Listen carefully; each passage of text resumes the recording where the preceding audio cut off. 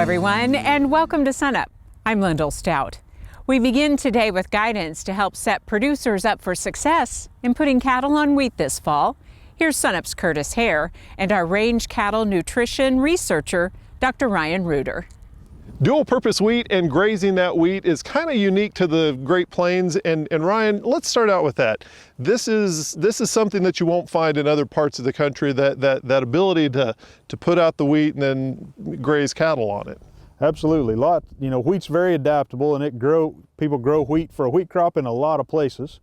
And people graze cool season annual grasses in lots of places around the country and around the world.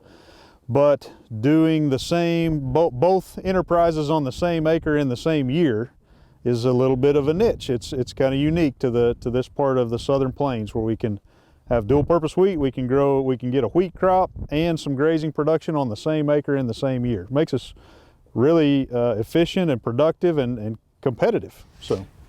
How does a grass like wheat benefit a cow or another ruminant that you put out on this? Well, the biggest thing is that wheat is a cool season annual grass, and cool season annual grasses are at the pinnacle of nutritive value of grasses.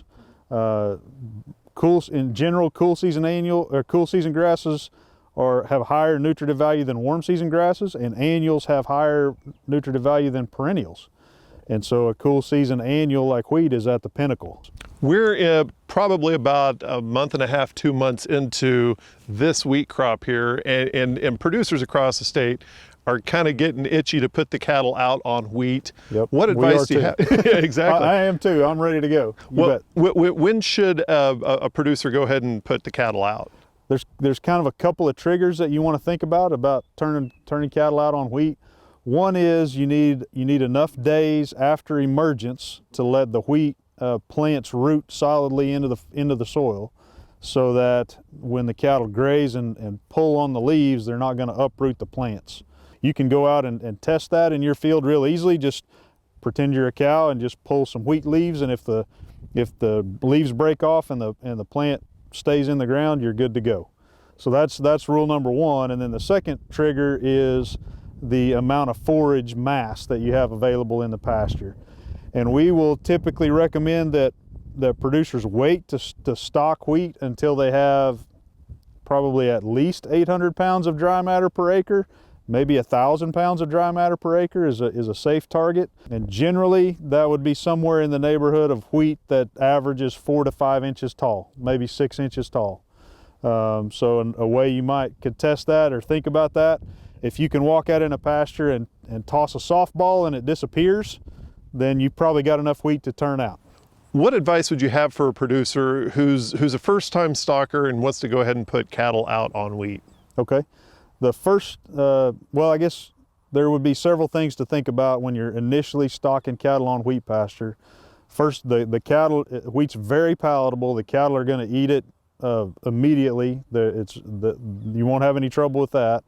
Once you make the decision and that you've got enough forage and you know what your stocking rate is and you're going to turn the cattle out, the biggest problem that you want to think about is bloat. Right. And when cattle, wheat, because it's so nutritious, it's so digestible, it has some chemicals in it that kind of potentially cause an issue called frothy bloat.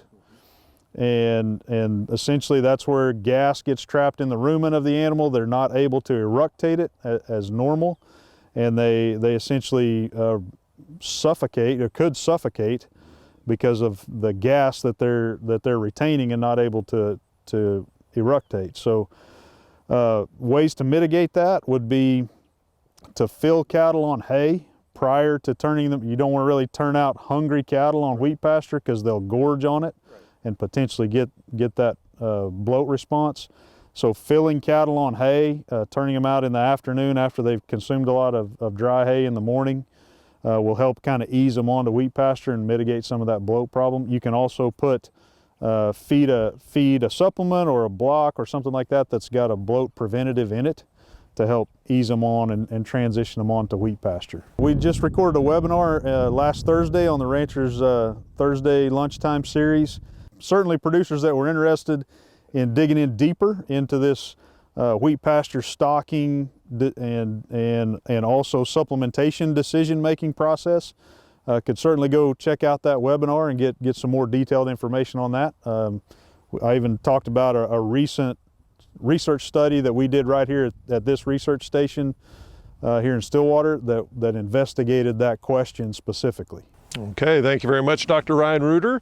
And for more information about the webinar he talked about, visit our website, sunup.okstate.edu.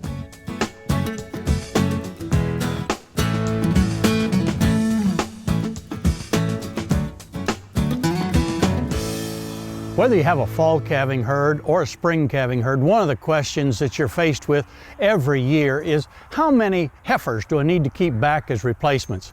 We have to have a starting place from which to work, and I thought a good place to look for this came from North Dakota State University a number of years ago.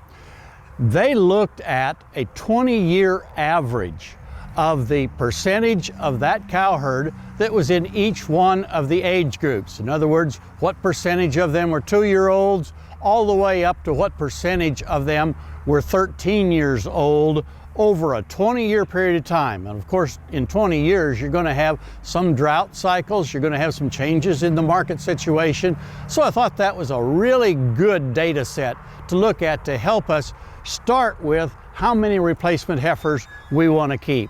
If you look at this bar chart, this shows the actual percentage of the cows in each one of those age groups from 2 years old clear up to 13 years of age. And if you look closely, the percentage of that herd over a 20-year average that was having their first calf as 2-year-olds, it represented 17% of the herd. So let's put that in simpler numbers for our situation. If we have a 100 cow herd, then we expect to have 17 new 2-year-olds calving and delivering a calf, weaning a calf each year on the average. So how many replacement heifers do we have to keep back in order to get those 17 2-year-olds to calve for us each year? I think that then depends upon what kind of a growing program we have for our replacement heifers. If we're going to push those heifers to where they're in real good body condition at the start of a breeding season, they weigh 60 to 65% of their mature weight, then we can get by with about 10% more heifers than what we plan to have calve, because we'll have a few that just for whatever reasons just don't breed. And so if we're going to have that 100 cow herd, we're going to want 17 heifers calving on the average each year, then we're looking at saving back 19 to 20 heifers if we're going to grow them pretty rapidly before the breeding season. If we choose a slower growing program, one where these replacement heifers are only going to be about 55% of their mature weight at the time of the breeding season, and we know only half of those will be cycling at the start of the breeding season, then we better keep about half again as many heifers. So if we're going to grow them slowly and we still want 17 heifers to calve the following spring or fall, whichever it may be, then we better keep somewhere around 30 heifers to turn with the bulls or put through our AI program so that we have enough heifers to match our needs. We hope this helps you, and we look forward to visiting with you again next week on SUNUP's Cow-Calf Corner.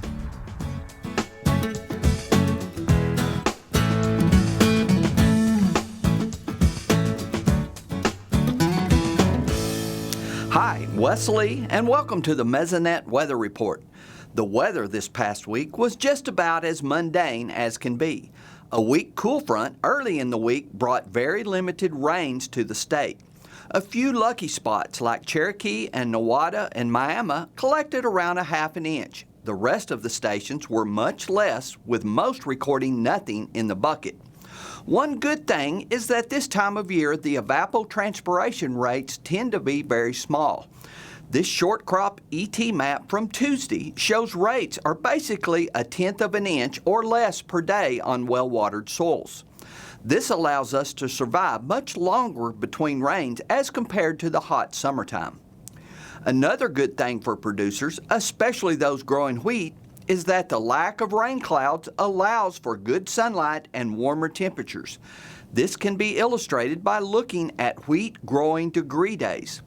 Here we see the degree days for wheat planted on October 1 through November the 10th at 3 state locations.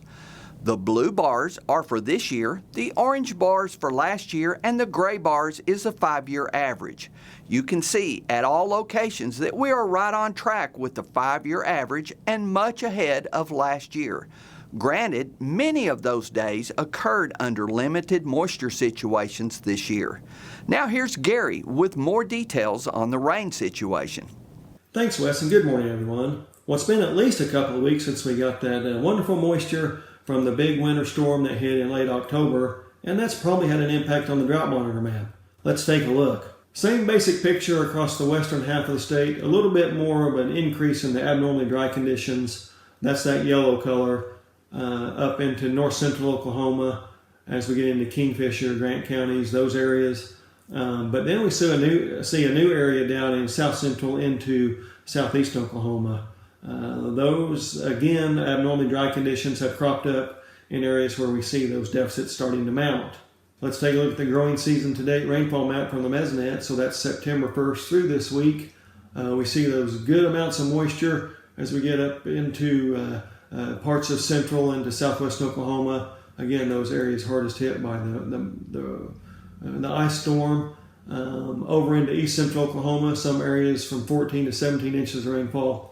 But we also see areas down in south central over into southeast Oklahoma with 5 to 6 inches of rainfall. Even though we have a chance of rain for later this week, we do see next week from the medium range outlooks from the Climate Prediction Center for temperature, we see greatly increased odds of above normal temperatures as we get later into next week. And then unfortunately for precipitation, we see increased odds of below normal precipitation.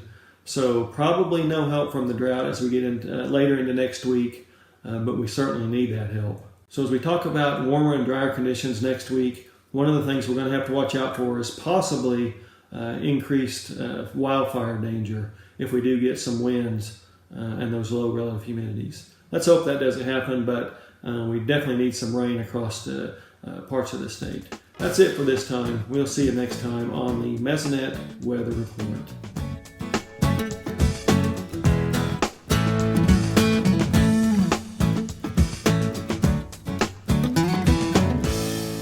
Well, when you have these damaged limbs and shrubbery from these ice storms, one of the things that people want to do is get that cleaned up, and we want to go dump it someplace. One of the issues that we might have to be concerned about, if we go dump this in areas where livestock can have access to those products, we run the risk that we could get some what we would call toxic reactions to some of those. Shrubs like Japanese yew are known to be toxic to livestock. Black cherry, the leaves of black cherry trees can also be toxic to cattle. So these types of plants, and there's other ones, other trees and shrubs, we need to be careful where we place those. We sure don't want our cattle or sheep or goats or horses to have access to those materials. If you'd like some more information about the toxicity of certain shrubs and trees, just go to sunup.okstate.edu. Well, Dave, we just heard from Barry, he was talking about Japanese yew and black cherry trees being toxic for livestock, but actually oak trees can be toxic as well. They sure can.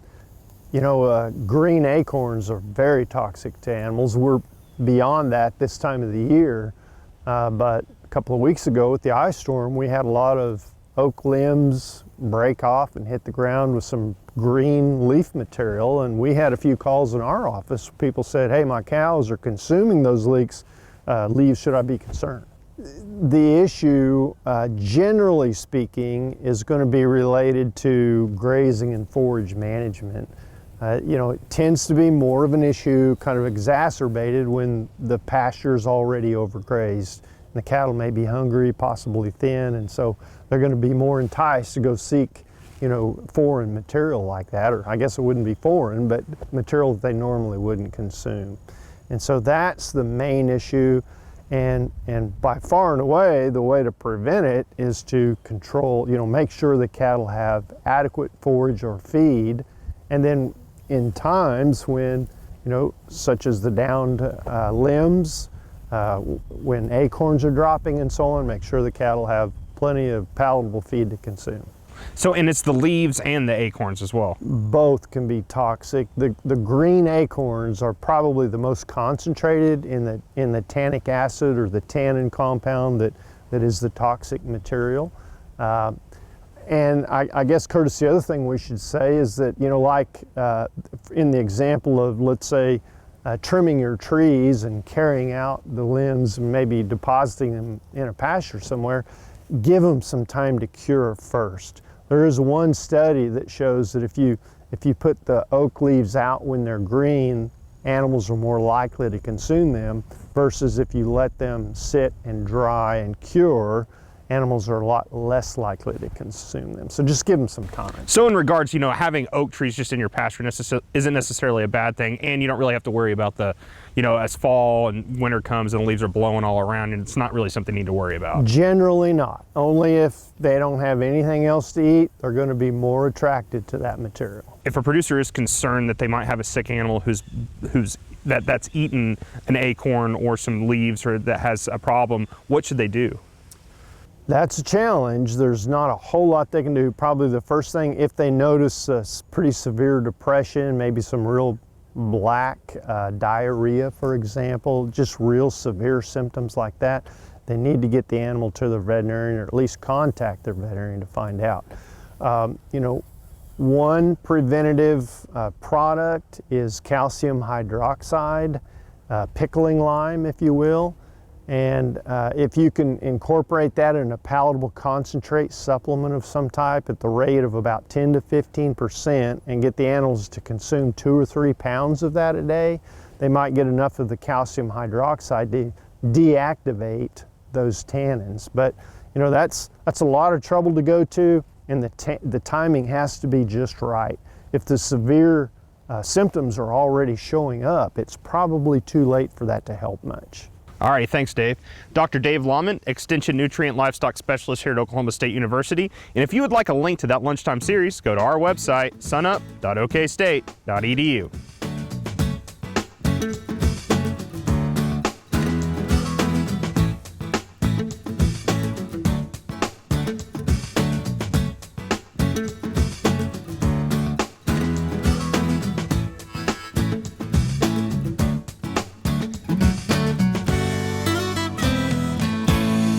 Today I thought I'd share a little bit of information about the creation of French's Yellow Mustard. French's Yellow Mustard is an iconic food that brings up memories of hot dogs, hamburgers, and stained shirts. It also originated in the United States. In 1883, R.T. French was a spice merchant who, along with his sons George and Francis, operated a mill in Fairport, New York. A fire destroyed the mill in 1885, forcing French and his sons to open a new mill in Rochester, New York, called the R.T. French Company. The company sold spices and extracts. However, Francis wanted to create an improved mustard to compete against other mustard products of the time that he thought had harsh flavors and grainy textures. When their father died in 1893, George would become president of the company. He and his brother Francis would go on to introduce their iconic yellow mustard during the St. Louis World's Fair in 1904, where it was served over hot dogs. They named their product French's Cream Salad Mustard to distinguish its mild flavor and smooth texture, and it was immediately successful. In fact, French's Mustard remains the best-selling mustard brand in the U.S. to this day. While the recipe for French's original yellow mustard has remained the same for over 100 years, there have been a number of changes to the packaging. In 1915, French's Mustard was first available in glass bottles with screw-top lids. The iconic French's red flag also first appeared on the product label at this time and was designed to mimic the flags flown over baseball stadiums. In 1991, French's Mustard was first available in plastic squeeze bottles. So the next time you're enjoying a hot dog, you might consider adding a little French's Yellow Mustard. Just remember to protect your shirt. For more information, please visit sunup.okstate.edu or visit fapc.biz.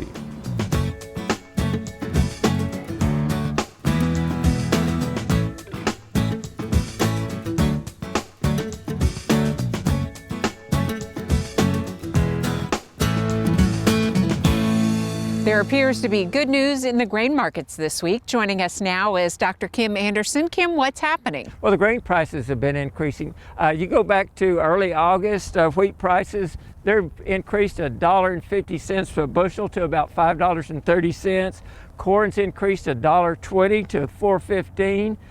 Milo's been on a tear now. Milo has increased $2.15 a bushel to $5.75, and beans prices have increased $3.10 a bushel to $11. How do these numbers compare to the prices we've seen in the past? Well, surprisingly, wheat and corn is still below average. Wheat at $5.30 is 15 cents below the 10-year average of $5.45. Corn is 45 cents below the 10-year average of $4.60.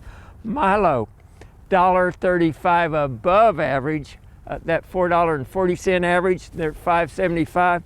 And then you've got soybeans at 60 cents above average at $11. That 10-year average is $10.40. What do you think is behind the increase? Well, I think for wheat, it's tight stocks, relatively tight stocks in the Black Sea area in the United States for the hard red winter wheats.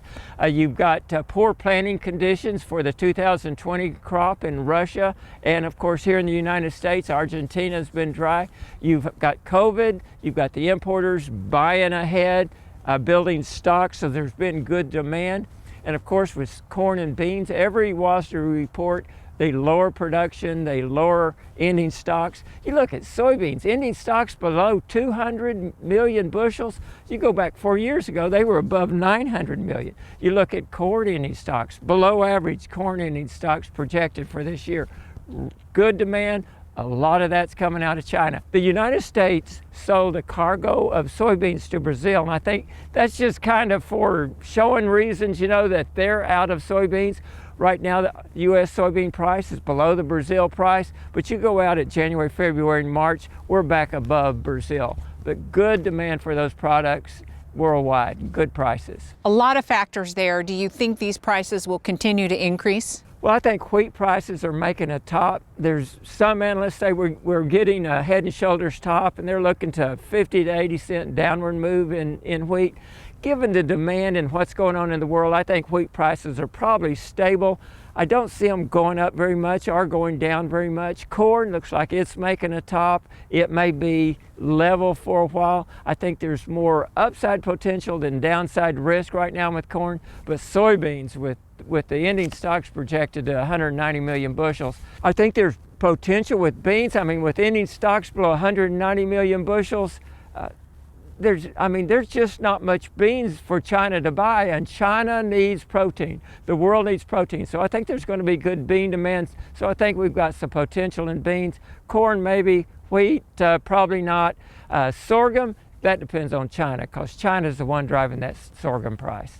With that in mind, some producers may be asking, should they switch from corn to Milo? If they can raise Milo, I think they need to put a pencil to that. One reason China's buying the Milo over corn is because there's not a import tax on Milo, and those livestock feeders and feed mills can bring in Milo cheaper than they can bring in corn.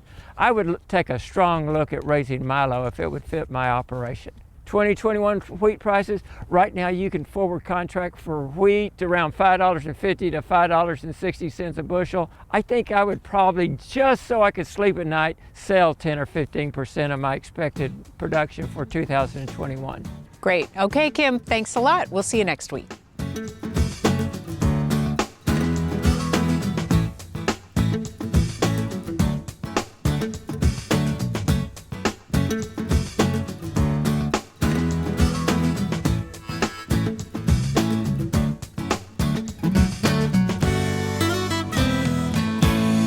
When we're talking about hunter safety, we're often thinking about how we keep the person that's hunting safe, as far as not falling out of a tree stand or not injuring themselves with a knife or not getting in contact with a zoonotic disease. But also need to think about people that are not hunting but are just out enjoying the day, maybe hiking or walking their dog. What can they do during hunting season to make sure that they're as safe as possible? And the main thing you want to think about as a non-hunter during the fall is just to keep yourself visible. you want to be able to be properly identified by someone that's hunting, and that often means wearing brighter clothes, trying to be more out in the open, not in thick brush.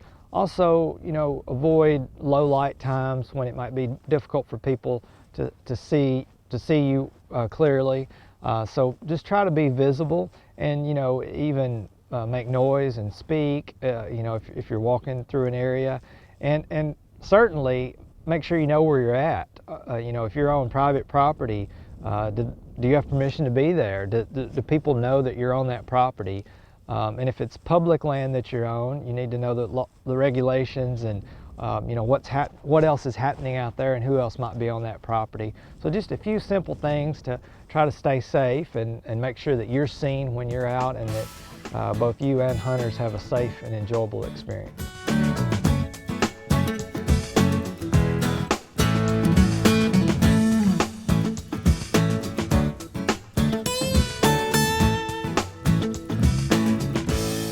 That'll do it for us this week. Remember, you can find us anytime online at sunup.okstate.edu, and also follow us on YouTube and social media. I'm Lyndall Stout. Have a great week, everyone, and remember, Oklahoma agriculture starts at sunup.